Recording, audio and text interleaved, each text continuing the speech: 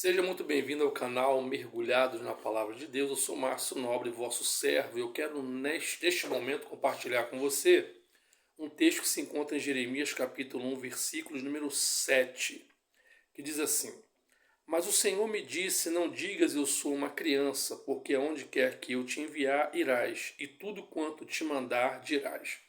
Eu aproveito também esse momento, peço a você que ainda não é inscrito, que se inscreva no canal, que deixe o sininho de notificações, que dê o seu like e que compartilhe. Todas essas atividades são gratuitas e você pode fazer para ajudar ao canal. Esse texto fala a respeito do diálogo entre o profeta Jeremias e Deus, quando o Senhor o chama para profetizar. Mas Jeremias, nesse tempo, ainda era uma criança. Então ele vai argumentar dizendo que ele é uma criança. E Deus vai dizer para ele: Não digas eu sou uma criança, porque onde quer que eu te enviar, irás, e tudo quanto te mandar, dirás. Então esse diálogo entre Jeremias e Deus, entre Deus e Jeremias, se desenvolve na infância de Jeremias.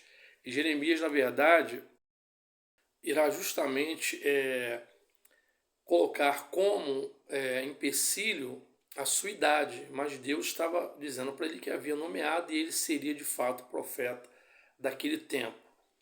O ofício de profeta no Antigo Testamento era, na verdade, diferente do dom dado pelo Senhor no Novo Testamento.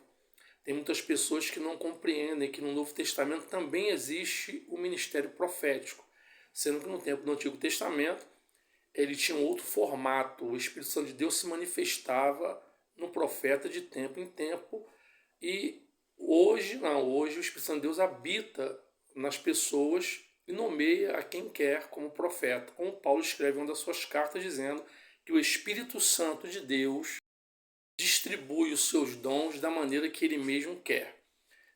Se você tem alguma dúvida que existe o ministério profético no Novo Testamento, você pode depois analisar, examinar. Lá em Atos capítulo 21 tem um profeta chamado Ágapo, que o texto vai chamar ele de profeta.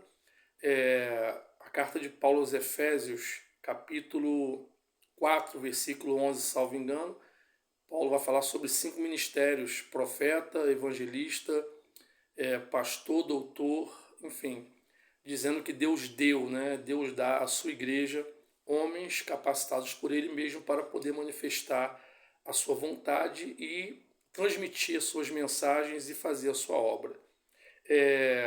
Só que a questão do Novo Testamento é que o profeta não é como no Antigo, né? Como eu já falei anteriormente. No entanto, entretanto, tanto no Antigo quanto no Novo Testamento, isso Pedro vai dizer em uma das suas cartas, que a profecia ela não é proveniente da vontade humana. Ele vai apontar os profetas do Antigo Testamento, que foram usados, impulsionados por Deus ou usados pelo Espírito Santo. Então a profecia, na verdade, é algo muito sério, e não podemos ficar brincando com a questão da profecia como muitas pessoas estão brincando hoje. Hoje virou, na verdade, jargão essa questão de profetiza, profetiza, quando na verdade a profecia ela vem de Deus e passa por quem Deus escolhe para transmitir a quem Deus quer alcançar. Então, a questão aqui do profeta do Novo Testamento, ele é também usado por Deus, só que dentro de uma estrutura diferente do passado. Mas eu quero contar um testemunho para você de uma criança de 9 anos que foi agraciada com o dom de profetizar, tá? O dom de profecia. E essa criança com 9 anos, para aquele tempo, era na verdade uma coisa, um fenômeno, né? Como não é comum hoje você ver crianças sendo usadas por Deus na profecia. Mas interessante é que assim como aquele menino se tornou uma pessoa admirada, e é admirável mesmo, enquanto Deus usava os seus lábios para falar, que as pessoas quase que o aplaudiam, né? Quase que veneravam, até que chegou um dia que Deus usou esse mesmo menino para corrigir a igreja. Só que os irmãos agora não aceitaram.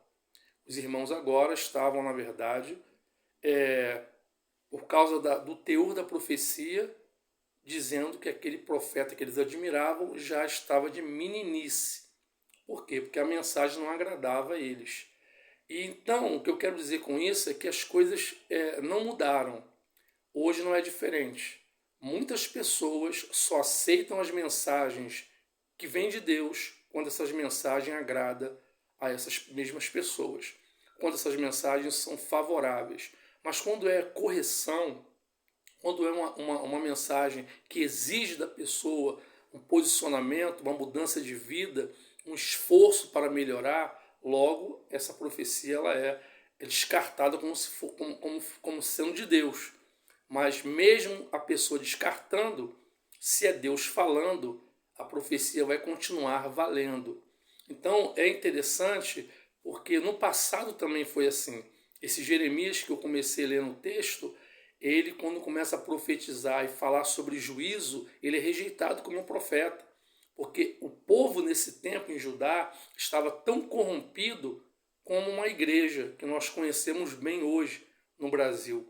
Um povo que só quer ouvir vitória, mas não quer ouvir de Deus correção. É interessante que Provérbios vai dizer que Deus corrige aquele que ama e açoita aquele que tem por filho.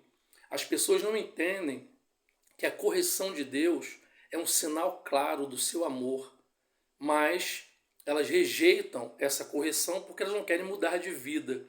Mas nem por essa rejeição e por essa resistência a palavra de Deus vai deixar de ter valor.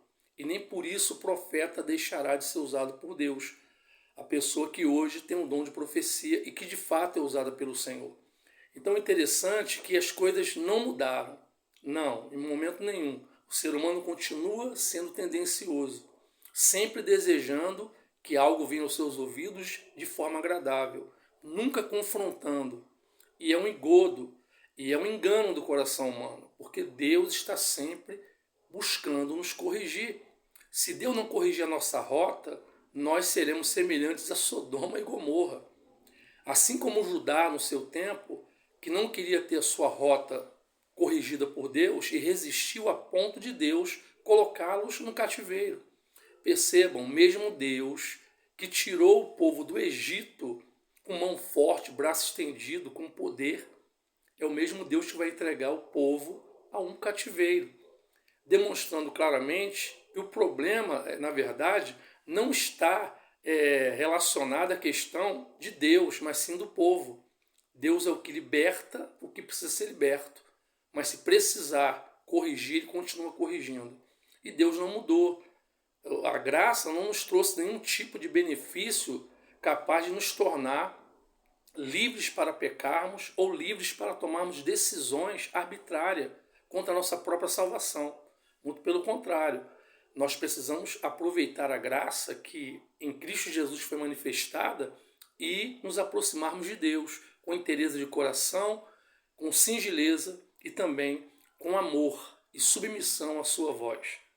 Eu quero que você reflita sobre isso. Eu não sei se você está do lado do ser humano usado por Deus, que tem passado por desprezos e tem sido perseguido, ou se você está do lado do ser humano que quer resistir à vontade de Deus a partir da sua palavra, dos seus ensinamentos e até mesmo das profecias impulsionadas pelo Espírito Santo. Porque Deus fala através da sua palavra, mas ele continua falando também usando homens que ele nomeou para falar ao coração das pessoas, tanto para corrigir, quanto para consolar, quanto para edificar. Então eu quero que você, neste momento, se aprofunde nisso. Busque conhecer melhor a vontade de Deus, porque ela é boa, perfeita e agradável. E a vontade de Deus nunca virá para nos destruir, sempre virá para nos restaurar. Que você possa guardar essa palavra no seu coração e entender que Deus é soberano e como soberano que é, estará sempre acima de nós. E Ele é o Senhor que sabe de tudo. Nós não sabemos nada. Por isso que Ele é Deus e nós somos seus servos. Que Deus abençoe a sua vida. Espero que essa reflexão lhe ajude. Que Deus abençoe o seu dia, a sua noite, a sua madrugada. Não sei o horário que você vai ver esse vídeo, mas que você reflita sobre isso. Deus continua falando ao seu povo. Deus continua falando aos ouvidos daqueles que Ele quer salvar e daqueles que Ele quer conservar. Mas a fala de Deus também tem limite. Vai ter uma hora que Ele vai silenciar. E o silêncio de Deus é a coisa mais terrível que existe para o ser humano. Porque o silêncio de Deus resulta muitas das vezes em juízo. Que Deus abençoe a sua vida, em nome de Jesus.